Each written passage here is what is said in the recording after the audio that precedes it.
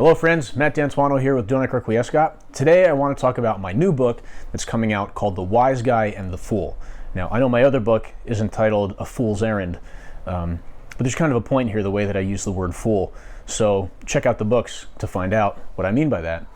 But The Wiseguy and the Fool is sort of a unique style. It's not totally unique. I stole it from Walker Percy's book Lost in the Cosmos.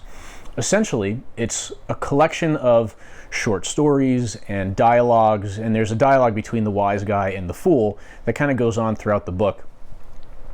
It's illustrative stories, and it's all about philosophy.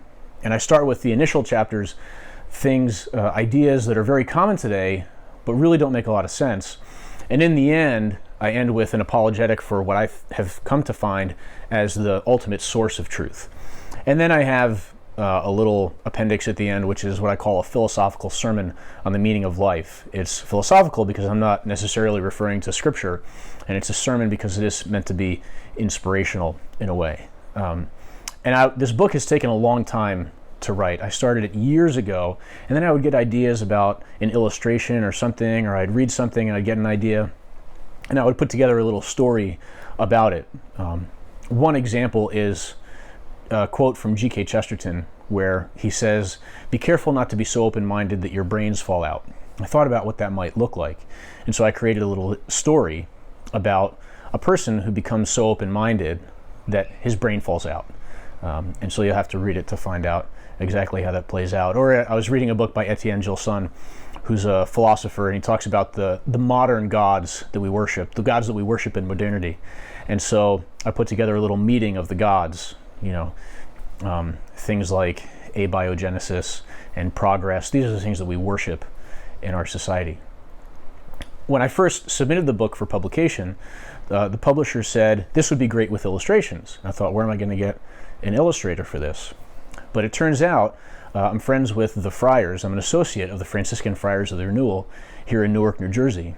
And one of the friars is an artist, Brother Francois. So I asked him, I said, "Would you do some illustrations for this?" And he said, "Sure." So we worked it out, and the illustrations are done by him. And it was a unique delight to see these stories that I had so meagerly imagined, and he brought them to life with so much detail. And even some of them, there was one in particular that he gave back to me, and it helped me refine the story a little bit.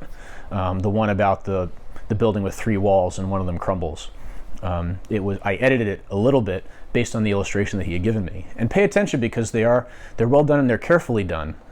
In one illustration, there's a picture of a person who has a guitar that he's going to use to hammer a nail into a wall to hang a picture. You have to read to figure out why he's doing that. But the picture that he's going to hang is actually the cover image from the book, if you look carefully at it. So I hope you read the book. I hope you enjoy it. Love to get your feedback. Leave it as a comment on Amazon, and subscribe to this channel, share with your friends. Thanks for watching.